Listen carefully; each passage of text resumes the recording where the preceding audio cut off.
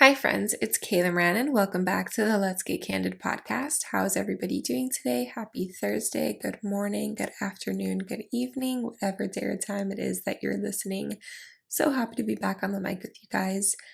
Yeah, so it's 11:21 at night. This is the latest I've recorded a podcast intro, I think, since law school. I've been normally really good about doing it on a Tuesday or earlier in the day on Wednesdays before setting my episode to publish and go live at 6 a.m. on Thursday mornings, like I always do. And today has just run away from me. It's been a crazy day at work. Tomorrow is going to be another long day. And I just, it feels really good to be back on the mic no matter how late it is. And even though I skipped dinner, which I'm not too proud about, and I need to go eat after this, but I didn't want to delay getting this up for you any longer because I know I'm not able to do it tomorrow. I skipped dinner for a good reason. One of my friends, she is a 3L, she is graduating on Sunday from law school, and she reached out to me for advice on taking the bar exam. And as someone who was also an out-of-state student taking the Florida bar, and we talked for like 4 hours. I think like 3.5 hours that we spoke on the phone. I was expecting it to be like an hour-long call, but there was just so much to talk about, and it truly does mean the absolute world to me when someone reaches out asking for advice and help, because it's still wild to me that I passed the bar and that I am an attorney. And, I tell everyone that it's a mental game and that confidence is a strategy. That is the mantra that worked for me. And that is still very much true. And that's still true now about anything that I do, just being confident, knowing that I deserve it and I'm worthy and I believe in myself. And for that reason, I'm going to get whatever it is that I want. And if it's not meant for me, it won't come my way. And that's okay too. And it's just a testament to all of the growth and hard work that I have put in to becoming who I am, and that I can be a mentor and friend and pass along the wisdom and advice that I have learned over the years and share that knowledge with the next generation. It just truly does mean the absolute world to me. And so our conversation went on a lot longer than I expected it to, and I think that we both planned it to, but it just felt really good to chat. And her dad is actually my chiropractor, so I've known her for years. And I think that's what also made it really special, is just knowing that someone that I've grown up with and known for such a long time really does value and respect me. And it also means a lot because that has been something that I've been really struggling with in my work life and in my friendships, of just feeling like I am such a giver all the time and feeling like sometimes I give so much and I don't really get anything in return, and I don't do it with that expectation or hope. I don't do it to get something back. But reciprocity would be really nice sometimes, and I've just been really struggling with that. And also knowing that I think because for so long I have had walls up to protect myself from being hurt again, that when people do come into my life and want to be there, even if they're really genuine, I block them out because I'm scared that they're not, or that they're gonna hurt me. And that's something I really need to work on. And I've actually just been going through a big realization lately. And I'm surprised I got that all in under 4 minutes. But it's just today having that conversation with her really just reminded me that I am valuable, I am worthy, I deserve everything that is coming for me because I put so much into the world and I have such a purpose, and I'm doing the best that I can. And my best is good enough because it's my best. It's the best I've got. And, there's still things I want to work on and improve on, and we always can be better. But I'm doing really damn good, and I'm really damn proud of it. And just being able to share that with her and remind her of that for herself and give her the tools that helped me get to where I am is just really rewarding, and it means the absolute world to me. And yeah, I just wanted to share that really fast before we dive into this week's guest, this week's episode. I want to do a quick suck and sweet of the week, and then we'll dive right in. So my suck of the week is just that I've been feeling really overwhelmed lately. And on Monday night, on Monday, actually, I went to coffee with a friend and a mentor of mine. The three of us went to lunch, and then my friend and I got coffee for like 4 hours afterwards and just talked, and she was there for me while I needed to process and vent and get all of my emotions and feelings out, which is where that realization that I just shared came from. And it felt really good because for so long I had just been feeling like I love my friends and we talk often, but every time I am in a really dark place and need someone, all of a sudden they're not present. And it's because we all are busy and we have our own lives and things happen. But it's just something about not having them there right when I need them, or also not being able to tell them exactly why I need them and what I need because I'm scared to be vulnerable. And I'm normally a very vulnerable person. You guys know that. But I just get to that point where like I can't go that extra inch because that's too deep and I'm scared and I stop myself. And so that was a big realization for me and something I really want to be more mindful of in the future. So that overwhelmed feeling has been really sad and hard this week, and also feeling that scaredness at work as well, of just feeling like I'm not performing at the level that I want to be and that my bosses want me to be. Not that they expect it. I know that they don't expect it, but they want me there because they know I'm capable of it. I have the potential. But then because I don't feel prepared, or because I'm overwhelmed, or because I'm nervous, or because I'm newer and my imposter syndrome gets in the way, I'm scared and that holds me back. And then I make mistakes that are preventable if I just had the confidence and I was more of a pit bull. And that comes with being, sure of what I'm doing and feeling good about it and confidence. And I've just been really struggling with confidence lately. So that's been my suck of the week. And it's something I'm mindful of, and at least I'm aware of it, and it's something to work on. And that's what I want to work on in the next few weeks. And my sweet of the week actually hasn't quite happened yet, although that call today really was a sweet of the week. Just being there. One of my mentees got a job today for the summer, and a lot of good things going on for people in my life that I care about, and that makes me really happy. But with that, also, my brother graduates from college on Saturday, and that's a big sweet moment because I'm really excited to have my brother back. He's moving home after graduation, and I'm really grateful too that as a family, as a Latin family, my parents, that Latin culture of allowing us to come back home after college and schooling and live at home while we set up our lives and our careers and not have to worry about the finances really does mean the absolute world to me, to know that I have that safety net.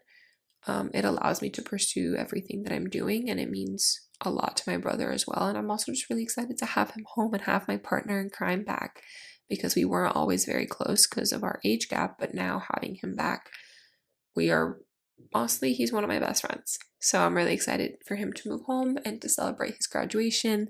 And I'm going to one of my favorite cities in Florida, and I have a couple of friends there, so I'm going to see them hopefully and go out and have a good time. And I'm just really looking forward to this weekend. And yeah, so my sweet of the week hasn't quite happened yet, and it's not usually, they're about someone else. But on my personal note, I'm also really proud of myself for these realizations that I've had and that I'm willing to work on them. And that's a win, because, that's half the battle, realizing it and wanting to do something about it. So I'm really, really proud of myself. And with that, I don't want to ramble on too much longer. So I wanted to introduce this week's guest. Her name is Nikki E Designs. She's a local jewelry designer, and she's also an architect, which I did not know, and we dive into in this episode, which is really cool. I love a fellow multifaceted woman. I love a fellow Latina and Miami girl. And it just was such a fun conversation about creativity and passion and pursuing your dream, even if it seems a little crazy and a little uncomfortable and a little untraditional. And it just we had such a good time, and I'm really excited because her newest collection for summer 2023 is about to launch. So it's perfect timing that this episode is coming out when it is. Go check out her Instagram. I linked it for you guys, Nikki E Designs. Her designs are so beautiful. I'm wearing her earrings right now. I love her earrings, and I want to get more bracelets and rings. I wish I was more of a necklace girl. I'm not, but her necklaces are beautiful as well. And I love that her pieces are affordable, good quality, local, and you can tell the artistry and the passion that she puts into her work. And she talks all about her process. And I think it's a really great episode, and I'm really excited for you guys to hear it. So thank you guys so much for listening. If you like this episode, please leave a rating and review. Please subscribe to the show, share with a friend, tag us as you're listening, and go follow Nikki E Designs. Go follow Nikki. Go follow me. Everything's linked below. And thank you guys so much for listening and being here. And I hope you guys all have a beautiful week. And if you are going to the Miami Grand Prix, I hope you have fun. I'm jealous. I wish I was there. I've just gotten into Formula One and it's a lot of fun. I got my dad hooked on it too. And yeah, there's a lot of good things coming. I feel really, really good vibes going into summer. And I'm excited for Mercury retrograde to come to an end because it has thrown me for a loop, as you can tell by this intro. And I'm excited for what is to come and to continue sharing with all of you guys. And next week will be a solo episode on what I have learned in the year since I've graduated from law school to mark that momentous occasion, which I'm really excited to share with you guys. And yeah, I will talk to you guys next week. Thank you so much for listening. Meet Nikki. So, Nikki, what's something that people wouldn't know about you just from following you? Probably one of the biggest things that I don't really share is that Nikki Designs is actually my second business. I have a whole other full-time business that I'm an architect, and I have a business with my mom where we do interior remodeling and build outs and renovations. It's like a full like construction design build company. That's mainly where I want to say my inspiration and part of my designs probably come from my architecture background and like the things that inspire me in that way. But most people have no idea. No, yeah, I would have never guessed, but that's so cool. I love that. And like I said, like I was just talking about it off air, like I love connecting with people that have similar stories to me. And that's something that you and I have in common. Like I have a whole other life besides sharing my life on social media. I have a whole other career. I went to school for an extended period of time, and so did you. So what made you, like, before we dive into jewelry, like what made you want to be an architect? Was your mom in that world beforehand, or how'd you get into that? So both of my parents were kind of in the world. My dad was a contractor for many years. My mom's been an interior designer for like 35, 40 years now. So I've just grown up on construction sites. Like I've been on construction sites since I was like a week old, not exaggerating. So it's like the only world that I've kind of known. So for me, it was kind of, I think my career, it fed into the creative side and like needs that I have in like my career. I just always have to be doing something that's creative and that I can be like hands on. So it just really fueled that. So it was kind of like a just natural thing that happened. That's cool. I love interior design. I can't wait. I talk about it all the time. Like I live at home right now, and we actually just like took away all the winter stuff and like lightened things up for spring. And like my mom was like, I need your help with like how do I place this? I want to move things around. And I'm like, I cannot wait till I have my own place to do this. Like, and like I want to have rental properties, and like I can't wait to just play with different things. And like I love interior design. And I think in a past life or in another life, I would have maybe done something more like that. Like I can't do math and science to save my life, so like I would not have been an architect. I love interior design and textures and fabrics and like playing around with all that stuff. And I can't wait to be able to do that for something that is my own. Like the house, Yeah. like it's my mom's style, so I can modify things here and there. Like maybe we should do this, and it's like very Yeah. suggestive. And she's like, Yeah. okay, fine, I know that's what you really want, but like my room looks like it does not fit in this house. It's completely different. But I love all that stuff. So I think that's really cool. And I like that it connects to the jewelry. Like you would on the outside, like not think that they go together, Yeah. but how Yeah. it allows They you to, really a lot. And the crazy thing is, like, since I've started my jewelry business, I know so many people that started as architects and then became jewelry designers. So clearly there's like, wait, okay, what's that connection? Like, have you like kind of like thought about why, or is it just like a coincidence? I think it's just because, especially when it's for us, at least from the conversations I've had with those jewelry designers, is that we design our own pieces. So we kind of, just like how we can visualize a space, we can visualize like a piece, or if we see like a mosaic or a tile or some sort of like cool angle, I can see it and be like, oh my God, I can totally make that into a shape of an earring. And then I can make it this way and then I'll draw it out. So it's like my brain kind of functions creatively in that same sort of way. And also, the nice thing is, at least with jewelry, which is what I don't get from my architecture career, is that with the architecture field, you're always bound by your client, their taste, their budget. And with my jewelry designs, it's whatever I want. Nobody gets to Yeah. have so that's also, it's way more, much more creative freedom. Yeah, that's a good point. I like that you get to, yeah, because if you do it professionally, like as an interior designer, like, yeah, it's at the end of the day, someone else is calling the shots. Like they went to you because you have a unique aesthetic or eye or taste or familiarity with certain like Yeah. materials or whatever. But yeah, at the end of the day, it's their space, so it's their say.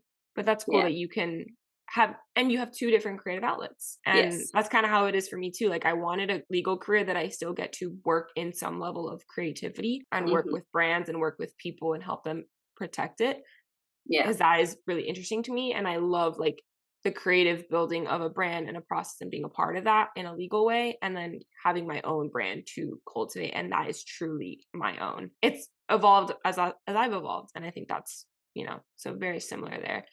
How did you like when did you get into jewelry? Like when did the idea spark? How did it come to be? Like where did Nikki E Designs come from?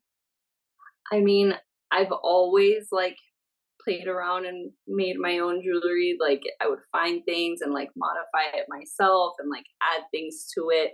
But it was more in college. I was right next to the shop that basically I used to buy all my architecture materials. There was a jewelry supply store and they used to offer these like free classes on Sundays.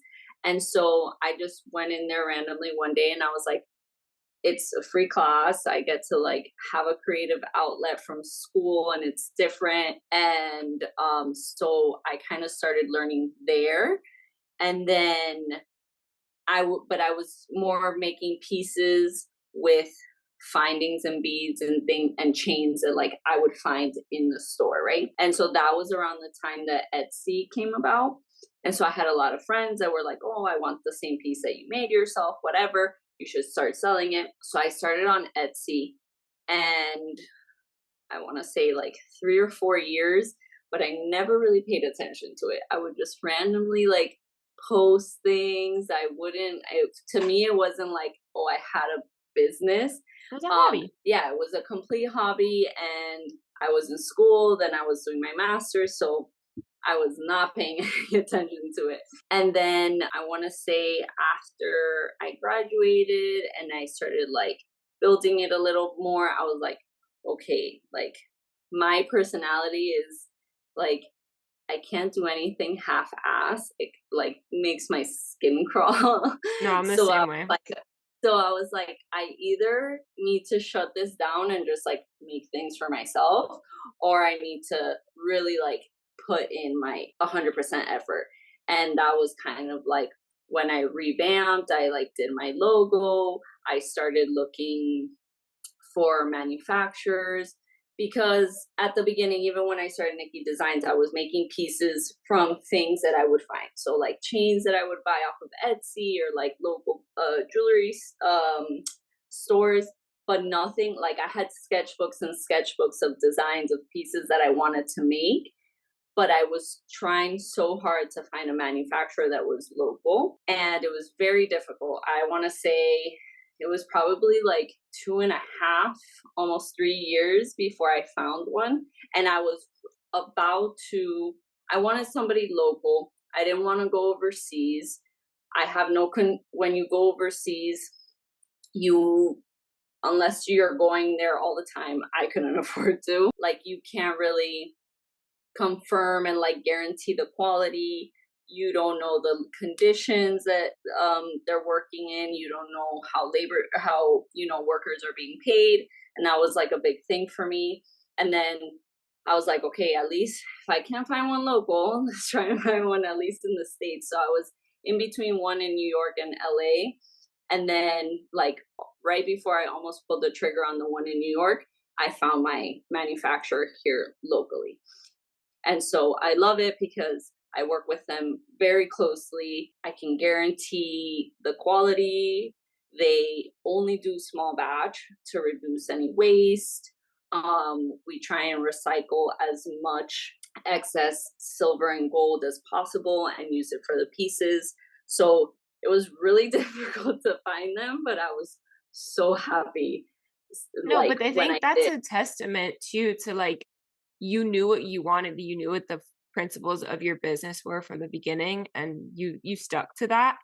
And I think it's important for people to have that. Like when you are building up the business, be intentional about it. You knew you wanted to minimize waste. You wanted to be you recycle as many materials as possible, and like small batch, and like those are different pillars of what was important to you. And I think that's something that people kind of lose sight of. They want to grow so fast and they want to scale, but they don't take the time to really build it up in a way that it feels right to you and unique to you. And that is what people resonate to when consumers, they're looking for, sustainability is important to them. They're going to look for sustainable in every aspect of their lives, jewelry Yeah. with being one of them. So they're going to be like, oh, she's doing that. So I Yeah. think that's really smart, and everything happens for a reason. Like you were about to go Yeah. someone else and they're like, no, wait, we're here. We can do it. It's like, wait, okay. Totally. Yes, 100%. And and like you said, I think that was probably one of the things I struggled with the most those first few years, was knowing I wanted to be able to have this level of quality product, guarantee it. Then also, because it was going to be my first time basically manufacturing one of my own pieces, like guaranteeing, one, that they're going to protect my design rights, two, that the quality is going to be there, and then also being able to, if anything does go wrong, they're here, they're local, it's a lot easier for them to like respond and sort of just make sure that I can always give like the best customer service as well as like pieces. And it was really hard at the beginning because you always, as much as everybody preaches, don't compare yourself, it is so difficult to not compare yourself to other brands or to other people when you're trying to grow on social media as well, and grow your brand through social media. And I would see all these brands like growing like crazy, and I was like, and the jewelry market is extremely saturated, and there's a lack of education, and that's kind of what I've been trying to focus on the last few years too. I was just like educating people, like, know what you're spending your money on. Don't spend like $150 on something that, let's say, is going to tarnish. If you have the money and you don't care, that's fine, but at least be educated enough that that's the decision that you're making, and not feel like you got blindsided by a brand. And that's always what I wanted to try and like provide, and has always been at the foundation of my brand. So that was really important. But at the beginning, it was so difficult because I was like, should I just do what all these other brands are doing? Just like either buying pieces that are already being manufactured and like bring them over from China and just put my name on it. And I was like, no, I can't do it. No, But I should think I? But no. no, Like, I know exactly what you mean, because I had the same struggle with deciding, do I pursue a traditional law career or do I go on my own? Like, what does that look like? Or even as an influencer, like, should I create the content that everyone else is creating, even though it's not me? And like that was something that I really struggled with. And every time I would try to do it, I either didn't want to go get up and shoot the content, like, or I don't know, because I just knew deep down it just wasn't right for me. So I think it's really cool that you stuck to your intuition, your gut, and you trusted that. And I think there's so much to be said for taking your time with it too. Like, you built it up over several years. It started off as an Etsy business. You realize, like, I do want to pursue this, but I need to take the next step. What does that mean? Like, making a plan and taking your time because you had another career going for you. Like, not everyone can afford to just like quit and start from scratch, like, when they want to yeah. start. You took the time to really build it up and know, like, is this right for you? And they got to a point where you had to make that choice. And I think that we're losing sight of that, because nowadays everyone's an entrepreneur and it seems like they just pop up overnight. But I think it's really cool that you were like struggling with that like decision, and there was a lot of intention and thought process behind it, because that's something that is similar to me. Like, I'm starting to be more open about it, but up until October, I was hardcore in denial that I was going to go off on my own and start my own firm. Who am I? I have no business doing that. I just graduated from law school in May, Yeah. and it took me months to accept that. And talking to mentors and talking to my parents, talking to my friends, and like everybody else was telling me I had to go for it, and I was the one pumping the brakes. And Yeah. the only person who was holding me back at that point was me, because I was scared. And it's so funny. I was in Ecuador Oh, in it is January. terrifying. It was no, it was terrifying. I was in Ecuador in January, and we did like a spiritual cleaning with an indigenous woman, and like they rub an egg on you and then they crack the egg open, and whatever is in the egg is like your condition, whatever's plaguing you. And she said, fear, espantoso. And I was like, I'm not scared of anything. What do you mean? And then I was like, okay, whatever. And then that night I was laying there and like, I was just like, wait, like it's dead silence. I don't know why we were just laying there in the Airbnb. But I was like, wait, like, holy crap, I am scared. I've been scared all this time. And there were other things that I was scared of too. Like, part of it was like friendship and relationship, and then part of it was career. And I was like, holy crap, like, yeah, I'm fucking terrified.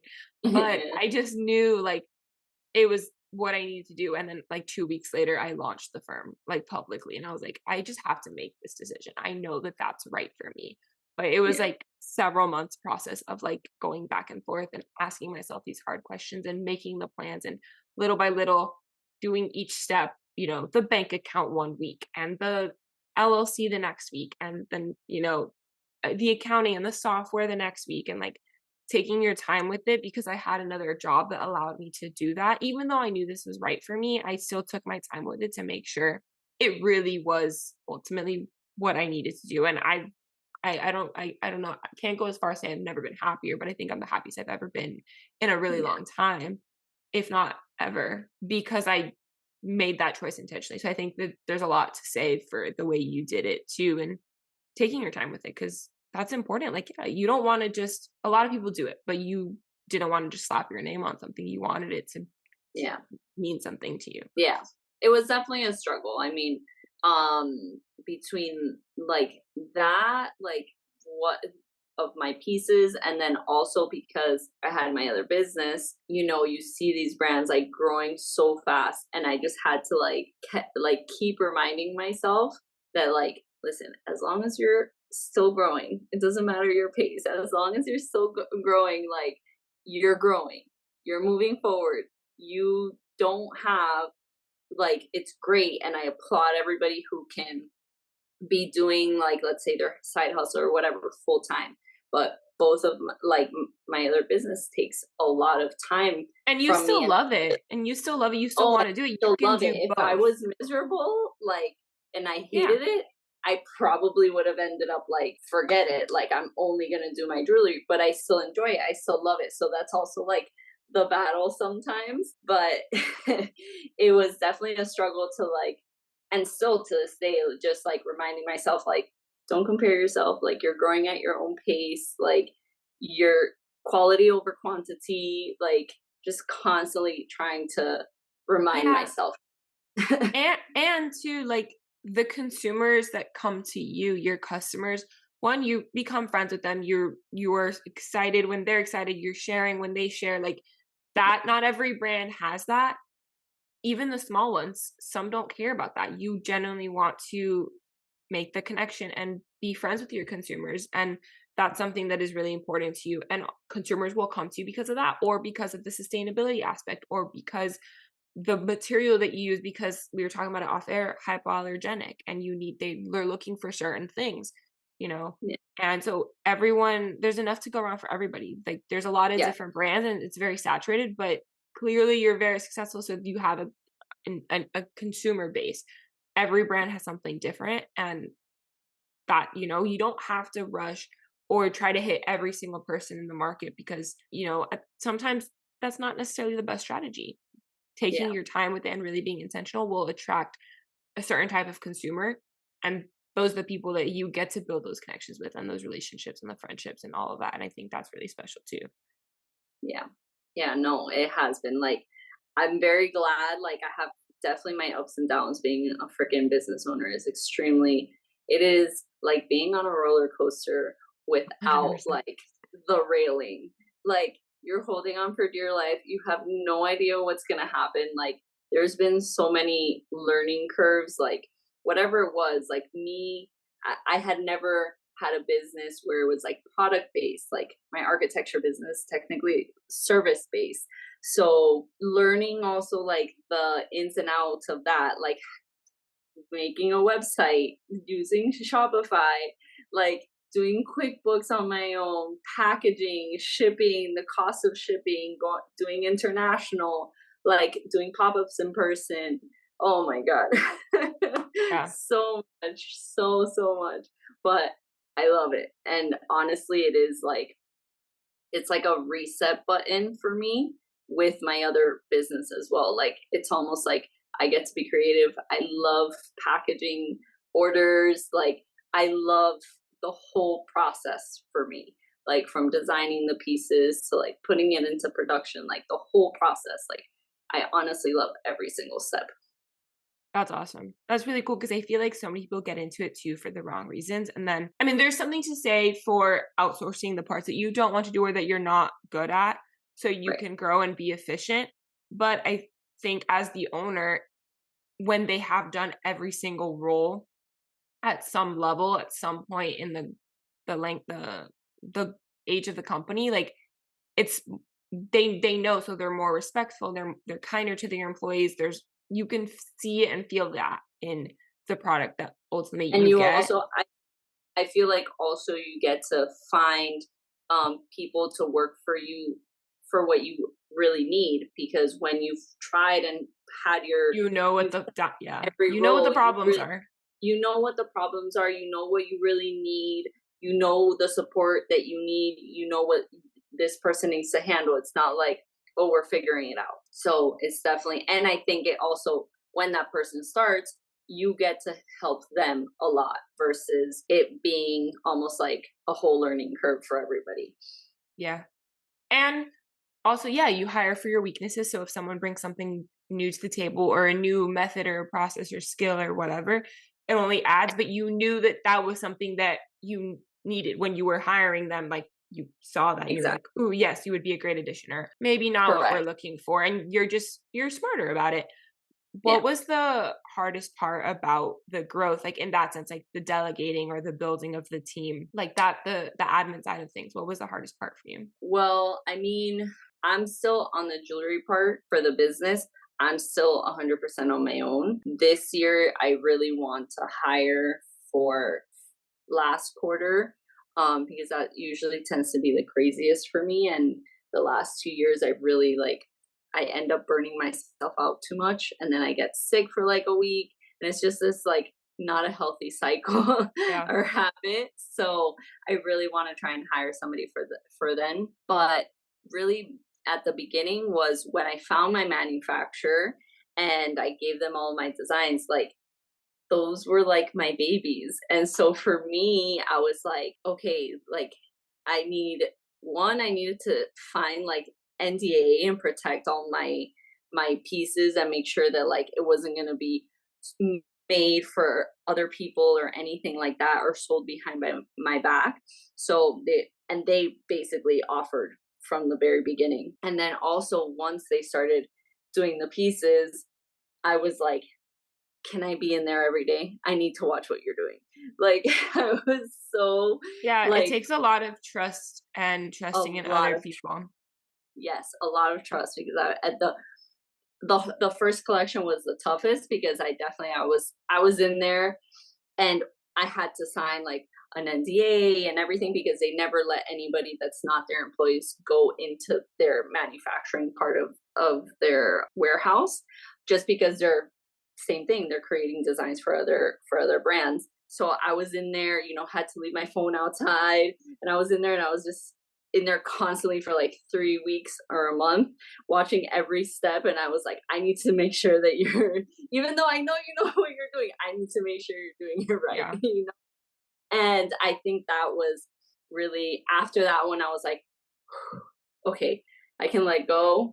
They understand me. We speak the same language. Like they got where I was also coming from. Like I was small. And so that first collection was a huge investment for me. It was like, you know, 10 grand that it was a a huge trust on their part, huge investment. And then the second part was putting that collection to sell. I Out was there. like, I just put $10,000 of my own designs. How the hell do I know if this or what if nobody likes it? What if nobody buys it? Because it's not like the stuff that you find everywhere or that's like trending right now or like the most common pieces that you find everywhere that you know, I can figure it out and I know it'll sell. I'm like, oh my God, how, what if it all goes to shit? Like, it was so, oh, it was a total roller. It's Oh, but still to this hey, day. yeah, It's it's still always to gonna this be a day. roller Every coaster. single collection. I was like, and sometimes like I design and I'll like show my friends and my family, and I'm like, But you still have that fear. I'm the don't same. have that fear. No, all my first few contracts, I would like my dad's not a lawyer, but I would have my dad review it and be like, "Does it make sense? Like, do you think that someone would like it? Like, does it work?" Like, so I'm the same way. And I'd go to my mentors and I second guess everything. I'm like, the client has this issue. Like, is this good advice? This is what I originally thought, but I don't want to say anything without asking someone first. Like, Yeah. so I get it, but I think, you know, it pays off and it's more rewarding, I think, too. And I don't know, did you have like mentors or did you take any courses to help you with the business side or knowing to have an NDA or when you were signing with the manufacturer, like reviewing that contract, like the legal side of Honestly, things, like that side of the honest, business? honestly, like especially like in the beginning and before launching, I didn't tell anybody that I was like starting my own thing, that I was gonna like do my own jewelry brand because I was not confident in like I'm gonna have my own business and I didn't want to have anybody's opinions while I was still in like almost like this very crucial moment. And Google became my best friend. So for me, like I love helping other people. And I mean, I've already been doing this for 6 years now. I've met a lot of small business owners and I'm always like, oh my God, I know where you've been. If you need help with anything, like I helped one of my friends completely shift her old website into Shopify. We spent like a whole weekend doing the integration. I helped her out. And like, I love helping that way because I know how difficult it is. But also, I appreciate when people at least put in the effort to try and figure things out on their own versus sitting back and just trying to have everybody else give them the answers. Like for me, I didn't have anybody to ask. Yeah. I didn't have any friends that had small businesses. I had influencers were just starting to be a thing. Like people, I didn't have anybody to really like get feedback from or what should I do. So I Googled shit out of everything. Oh, same. And Everything I learned on my own. I had no one helping me do it. yeah. And through that, I started like every time like I would connect to someone like, oh, like I would like put a nugget out there and kind of if they were Hmm. receptive, I'm like, would you be willing to get a virtual coffee? Like I love what you're doing and I want to learn more. And I would do it under the guise of like learning their story. And then whenever I felt comfortable, like now I knew I could go to them and ask for help. And I Yeah. love mentorship, and I love when law students or pre-law students come to me and I can provide that help, because that's the whole reason I started influencing to begin with. I started writing a blog with my law school experience because no one was talking about it. And I was like, why? Like, I need to vent about this. Does Yeah. anybody else feel the same way? Like, is anyone else struggling like just as bad as me? Because all my classmates said they were struggling, but they weren't the same struggles. And I was like, there has to be like more people out there. So I started just sharing my experience, and sure enough, there was. And now people come to me like, I want to go off my own. I don't know if the traditional path is for me, but I see that you're doing it, and I would love to learn like how you knew to go this Yeah. route. And I'm like, I kind of just did it without really knowing, but because I knew in my gut that that was right. Yeah. So like, I will tell you my story and I will help you however I can, but like you kind of just got to do it yourself Yeah. and figure it out as you go. So I think Yeah. that's super smart. You have to put in the work at the end of the day, and you have to figure it out on your own, because your struggles might be different from theirs, same as my struggles might be different from theirs, you know. I think I didn't really have, especially at the beginning. I think now I've met more women owned businesses, and I've become with friends with a lot of them, and we feed off of each other, and those are the kind of people, those are the women that I tend to like go to and ask questions. And like, you know, how I have a friend that right now we were speaking because I'm planning on doing my first like big wholesale trade show, and she's done already like two or three. And she was like, of course, Nikki, like whatever questions you have, like I was like, listen, I did my research. This is like what I have, but like, what else can you think of? Like, I don't want to feel like I'm underprepared. Like, what is your experience? Like, can you handle it on your own? Because I know it can get busy. Do you need a second person? Like, things like that. And so she kind of gave me her point of view. But definitely at the beginning, there was no, Google was my mentor. Yeah. Where do you, for someone who wants to kind of go into this and is starting to do the research, do you have any like resources that you recommend that were really crucial for you? Well, if you want to start a business doing jewelry and like you're designing your own pieces, the best thing, and that's how I found ended up finding my manufacturer, the one that I use now, is I went most of the big wholesale trade shows, they tend to have a sourcing trade show. And so that's where like all the manufacturers from around the world and locally in the country go, whether it's for fabrics, for denim, for handbags, for shoes, for jewelry. They have like a whole trade show just where manufacturers go, and they show you their products, they show you their process. And that's where I ended up finding mine. And that's also where I found like the one in New York and the one in LA that I was in between.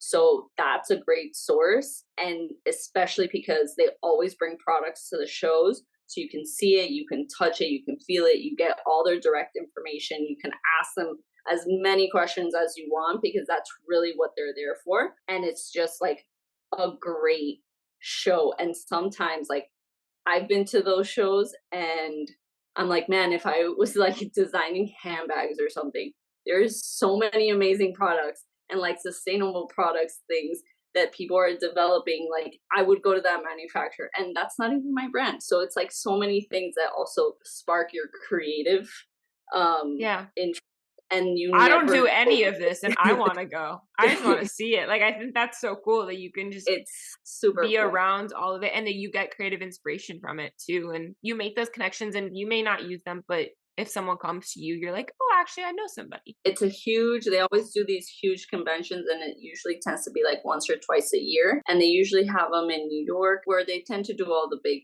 trade shows. So in New York, Miami, Vegas, and I think there is one in Atlanta that they also do.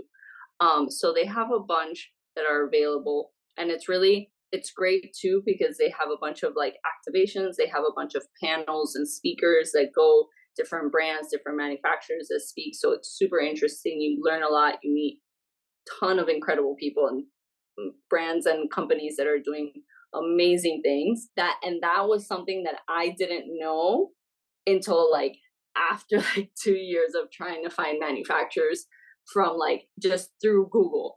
I would put like custom jewelry manufacturer in Miami, custom jewelry manufacturer in New York. And I would go before, like, to visit the factories and try and set up meetings and have conference calls and Zoom calls. But that really was like the most helpful, the No, sourcing. yeah, that's cool. And it's cool that you did it the old fashioned way and like doing it yourself and then having the experience of having these trade shows and kind of comparing like the information you're getting to. You had something to back it up. So yeah, again, goes back to like there's something like do it yourself first. And if you really can't figure it out and then you're stuck, then you ask someone, but you have something to bring to the table as well. Um, like it's not just like teach me everything like a puppy. It's like, okay, this is what I've got. Am I on the right track? What can I do differently? So I think that's really cool. Is there, you said you like the whole process. Is there any particular part of the process that you enjoy the most or any particular material or piece to design? Like, what's your favorite part? I think probably my favorite part is kind of like what I call like design vomit. That it's basically just like when I have these like just flow of creative designs coming off of me, and I just draw and draw and draw on like my sketchbooks, and they don't necessarily have to be perfect or to scale or with measurements, but it's just getting like my idea on paper. And so many times like I'm, designing a collection, and I will go back through my sketchbooks and be like, oh my God, this ring idea that is from like a million years ago would go perfect with this collection. Let me develop it.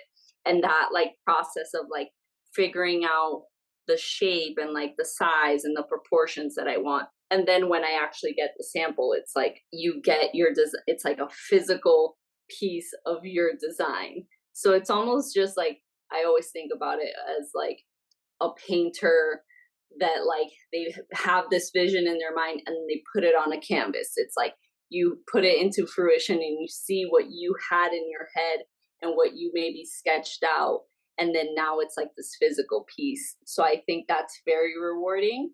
And I mean, there's pieces that have taken me like 2 years to fully design, like that I'll go back and I'll edit and I adjust, and then I'm still not 100% happy with it, and then I'll like take a few months where I don't look at it, and then I go back to it, and then I was like, I think I can tweak it this way and it'll be perfect. So I think just that process is my absolute favorite. No, that's so cool. I don't have something similar to compare it to in that sense, but just for me, the idea of doing this, and it came to me 2 years ago, like initially, and there were many iterations of what that would look like, and many conversations with so many different people, like soul searching, like deciding if I was really even going to do it and what it was going to look like, what it was going to offer. And it's changed even like since I've launched, it's changed and it's evolved. And so I think it's really cool when you see it kind of, yeah, come to fruition, come to life. And then also when I'm sure that you experience this, but like when you have your clients and you go through these processes with them and they thank you or whatever, it's like Yeah. it's like an even more rewarding feeling. Like this is amazing. Like Yeah. everything that like enjoyed and I put into fruition, like somebody else like put their hard-earned money into and are thanking me and like enjoying it and is helping them in some way. So Yeah. that's it. Yeah. No, one of my first law firm client, like they came to me because they found me on TikTok, and I was like, really, of all places? That's like Instagram makes sense. TikTok, like my TikTok is tiny. Yeah. And I was like, oh God, I talk about so much random crap on there. When you follow me, like it's random. There's no Mine is super random. Mine like is super. it's not as professional as Instagram because that's my like fun page. Like let me Yeah. just do whatever I want on there. But they Yeah. found me on TikTok and and I was like, and it's a big person. Like this person is very successful influencer. And she started following me on Instagram and I was like, why is someone with a blue check mark following me? Okay, I'll follow her back. Like, and then weeks later is when I got an email from her all of a sudden. And I was like, wait, okay, they see they like what I'm doing and they would love to like learn more about my firm and work with me. And I hadn't even launched yet. it was a Monday. I launched that Wednesday because like, okay, I guess someone wants to work. He's like, I should probably put this out there, make it official.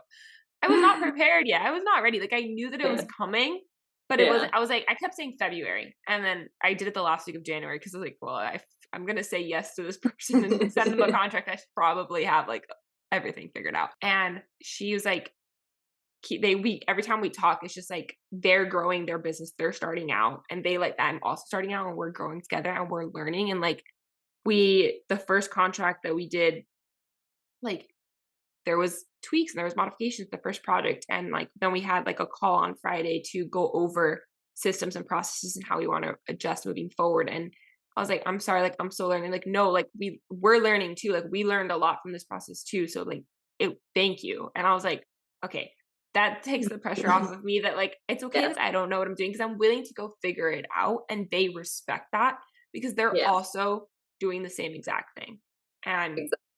And yeah, so I think same thing, like tweaking the process and the systems and, and being honest, like when I make a mistake with the client or with anyone, I'm like, I'm so sorry. Like I'm learning, how can I do better? And asking for that feedback and taking the time, new set of eyes in a couple of days and looking at it again. It's like, okay, like, does this feel right for me? And making it work for you. I think that's really, really cool. How do you balance it? Like they're two different businesses and they take a lot out of you in different ways. How do you like walking through like a week in your life? How do you like, do you do like Monday, Wednesday, Friday for this business, Tuesday, Thursday for this? Like, how do you manage both? Honestly, this is probably the one thing after 6 years I have yet to figure out.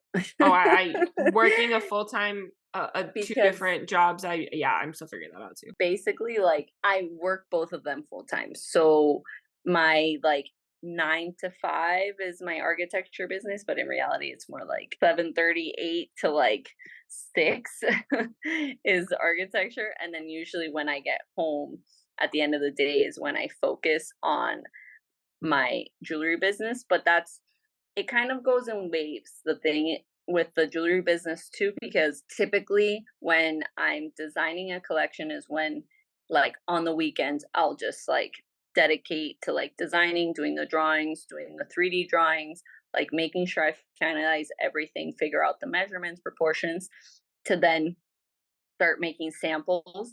And then that time period kind of in between, I'm fulfilling orders and like reaching out to my wholesale accounts and fulfilling orders, but it's not as, I want to say, crazy time consuming. I'm still not like, my business is still growing, but it's not at that point where like I need to be 8 hours every day in front of a computer or like crazy fulfilling orders. Like if I have crazy days of fulfilling orders, like I'll just stay up late and put in the hours I need to put in so that they go out the next day. Or like on the weekends, I'll just work through the weekends. And then when it starts to pick up again, it's kind of like, I want to say those like 3 weeks to a month before a collection launch. So that's kind of most likely like the busiest time because I'm prepping for the photo shoot. I'm figuring out models. I'm figuring out all the content we're going to shoot, all the looks we're going to shoot, like making sure the pieces are all clean here, that they're, that they work for everything. Then like sending pictures to like wholesale accounts to see if they're going to want any of the new pieces. That's really when it gets, and then doing all the content for like social media, emails, like that prep work.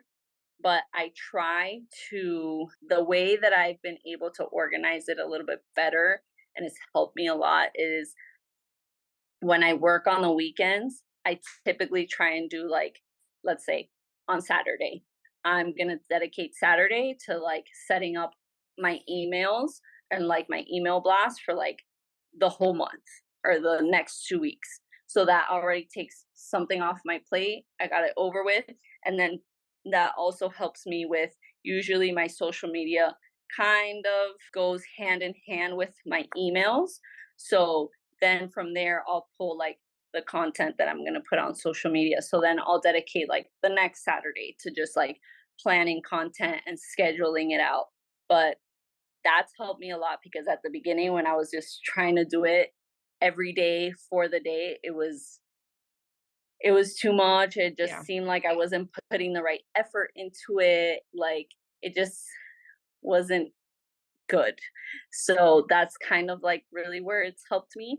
Um, but yeah, there's not much balance. I'm also kind of a workaholic, so No, I'm the doesn't same help. way, but I'm the same way. If it needs to get done, I will stay up and I will get it done. I will figure it out Yeah, because it's a small sacrifice to, you yeah, know, I you want to do both things. I want to do all the different things I'm doing. So I will find a way to make it work. That's a big yes, question I get asked. Like, how do you do everything you do? I'm like, everything that I do, and I've been saying this since law school, is like, it's either a necessity, like there's classes I have to take that I don't want to take, but I got to take them. So I just make time for it. yeah, And if it's like stuff that I'm choosing to put on my plate, it's serving a purpose. There's a reason yeah, why I'm doing it. It may not be exactly what I want, but it will allow me to get exactly where I want to be. So I'm intentional about it. I have a purpose. And if something is no longer serving a purpose in my life, I find a way to remove it. Whether, yeah, it means I'm backing out of commitments I made or ending a friendship or whatever it is, like once I no longer fits with me, I have no problem being like, I'm going to take a step back and decide, like, do I remove this or not? And I think that's really important that you're just willing to make time for it because you're not willing to compromise. You want both things. And if you truly want it, you're willing to put in the work for it. So I think yeah. that's I think I always say it's kind of like part of the growing pains of growing a business. And like, yes, obviously it would be ideal to get to the point where I have a few people working for me and then I can delegate some of those things and I can just like maybe just do the creative design part and like setting for photo shoots, but like I wouldn't have to handle, let's say, like fulfilling orders or dealing with wholesale accounts or maybe like planning content for social media. So that this is kind of like the growing pains to eventually get to that point where I can have people that I can be on my team and that I can grow the business so I can have more help and can delegate and then I can have, the weekends off and things yeah. like that. But for right now, it's just like, it's just, you got to do what you got to do. Yeah. And the growing pains are worth it. And Yeah. again, I think it makes it so much more rewarding. I am like, I can confidently say like, everything happens for a reason. Like even looking back, like you learn from everything, even if it was like, ooh, maybe I shouldn't have done that, but you learn Yeah. from it and you Yeah. grow from it and you take it with you. Or if you have a bad boss, you know how you don't want to be when you are a boss, if you ever have the Yeah. opportunity to be, or what you're looking for in your next job or whatever. So I think the growing pains, they're growing pains for a reason, but they won't last forever. And Yeah. you'll get where you're going. You just gotta put the work in. What piece of advice would you give to someone who not necessarily jewelry, but just wants to start their own business or has like a side hobby that they're like, maybe I should pursue this more. Like let me lean into this a little bit more. Do you have any advice for someone like that? I think my biggest advice is be kind to yourself. Be patient with yourself because you're one person, you're figuring things out. And I mean, I'm a perfectionist. So at the beginning, it was very hard when I was like, why can't I figure this out? Or why can't I find a manufacturer? Or why can't I do this? Like, why? It's like me. And it's like, no, you're figuring it out. This is part of the process. Like, and don't be so hard on yourself. This is all, it's going to be worth it because when you get to that point when you're growing and things, you kind of find that flow, you're going to appreciate those moments so much because you, like you were saying, you learn so much from them. And now you know that if it ever happens again, you know how to pivot, you know how it won't stress you out, it won't freak you out, you won't, it won't keep you from sleeping at night. You'll be like, oh, it's fine, I've handled this before, like it's no big deal, we'll just do this instead.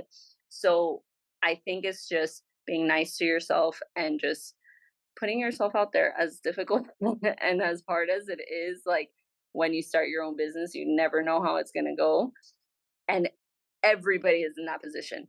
It doesn't matter what point you start, like if you start with money, with no money, if you start with an idea, no idea, everybody has that beginning where they have no idea if it's going to work out. It's all up in the air. So just do it, like try it, because it's better to have tried it and failed than, you know, not trying it and then get second guessing, why could I have done it? Would I have been successful? Like, why didn't I do this back in the day? So just be kind to yourself. 100%. I love that. How many collections a year do you do? Like, what is like, are you working on something now? Like, where are you at currently in the process, the cycle? So this has also been a struggle of mine. Before I was always like, these big brands and they come out with like 6 collections a year or something crazy, and each collection has like 25 pieces. Like, I can't do that. I don't, those are huge investments. And also, I feel like there's an overconsumption when it comes to jewelry, as it a lot in the fashion industry. So for me, I try to do 2, 3 collections a year and make, small batches, make them intentional, make them high quality, make them pieces that aren't necessarily the trendiest, but that you might spend a little bit more money, but is something that you can wear for the next 20 years and you're not going to feel like, oh, this isn't in style. So that's kind of like what I focus on. So it's usually 2, 3 collections a year, typically spring, summer, and then holiday. Right now I'm at the craziest part of spring collection. So samples are coming in, prepping for the photo shoot. So hoping by the end of this month, beginning of April, we launch spring. A little bit delayed because of supply chain issues and just like Yeah, the cost of silver. what And was that like? Like, you started oh, before the COVID craziness kind of happened, and now we're kind of sort of out of that. What has that been like? Like figuring out it's the manufacturing, the supply part. so it's a lot because even though my manufacturer is local, sometimes from where we source silver and gold are in other parts of the country. So depending on labor, delays with shipping, anything like that, like before the pandemic, to do a full collection from the beginning of like my design process, like from sketch to final production, it was typically 3 months. That was like on the long end. Now it's like 6 months. So it's a lot longer of a process. You have to be very patient. Yeah, so And spring and sometimes, summer you're kind of working on simultaneously then. correct. I'm already working on holiday. So Yeah. that's also the other thing that like sometimes like I am not a jewelry brand, and I don't knock on any other jewelry brands that do this, but I'm not a jewelry brand that like buys my pieces from a wholesaler and it's like pieces that they manufacture and then they just put their name on it. Like all my pieces I design myself. So it's a lot longer of a process. I can't just go into a website and place a huge order and have it here in a month. Like I have to think about a collection about 6 months before and start working on it and the whole process. And you never know what's going to happen. And I thought like I was in good standing to be ready for like beginning of March. And it was like, no, delays and more delays and things happen. And sometimes like when you do a sample, the sample isn't exactly how you imagined it or how you wanted it. It's too heavy. So then you have to tweak and you have to start again. So then it's like another 3 weeks that it takes. So it's definitely a process. It's a lot longer of a process now than it was before. Yeah. Oh, same. Trademarks too. Everyone's like, I want to do it now. And it's like, well, it's about a 14-month process, but yeah, we could start. Like, are you Yeah. sure are you okay with that? Like, cause Yeah. I can't control it. And it's Yeah. like, but it's such a big investment. I'm like, yeah, unfortunately it is a big investment. You won't see the return on for a while, but it's still a necessary investment at some point. Or when you're ready, like, hi, I'm here, but it'll be worth it when it comes out. And yeah, I can't imagine working on 3 collections at once plus a whole other job. But I mean, I Yeah. have my own like version of that too, but I just think that's wild because it's so personal to you. And Yeah. So there's more of that there as well. But I think it's really cool everything that you're doing and how you got into it. And I think I'm excited to see where it goes. Like you've been doing this Thank you. for a few years, but I think we've talked about this, like, you've grown a lot faster than you expected recently with social media. So think good things coming, I think, for Yeah. everybody. And that's exciting. Can you tease a little bit about the spring collection? Because this will go up right around when it launches. So spring collection which is the second time I do this. The only other time I've ever done this was like 4 years ago. So this is going to be a mini collection, but it is a collection that is a full collab collection with somebody. And normally for spring and summer, I tend to do a little bit more daintier, lighter pieces. And usually for holidays, when I do like more statement, but we decided to do like a more statement collection for spring, like edgy, cool girl, street style.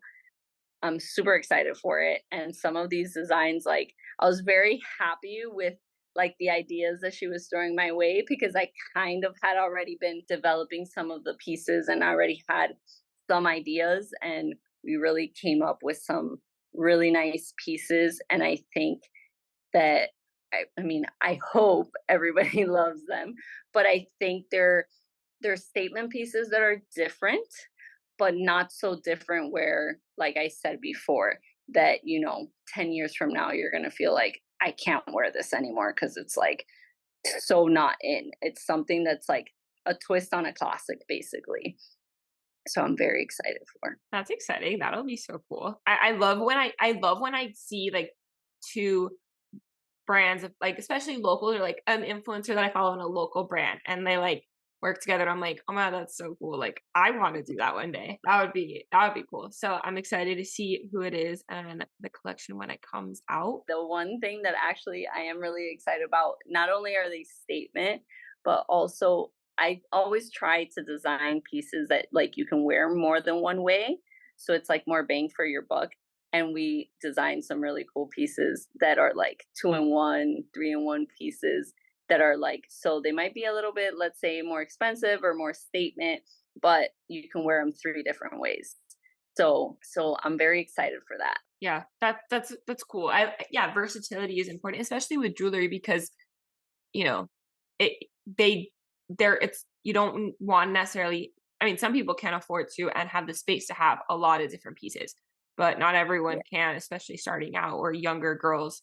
So Mhm. it's cool when a piece can be worn multiple ways. So I think that'll be really cool. I'm excited to see. I'm Where super can excited. everyone find you? Where can everyone shop? Shout yourself out. Well, you can find us on basically every social media platform at Nikki E Designs. And then our website is nikkiedesigns.com. Cool. I will link everything in the show notes. Thank you so much for coming on the podcast. I can't wait for people to listen and to go shop.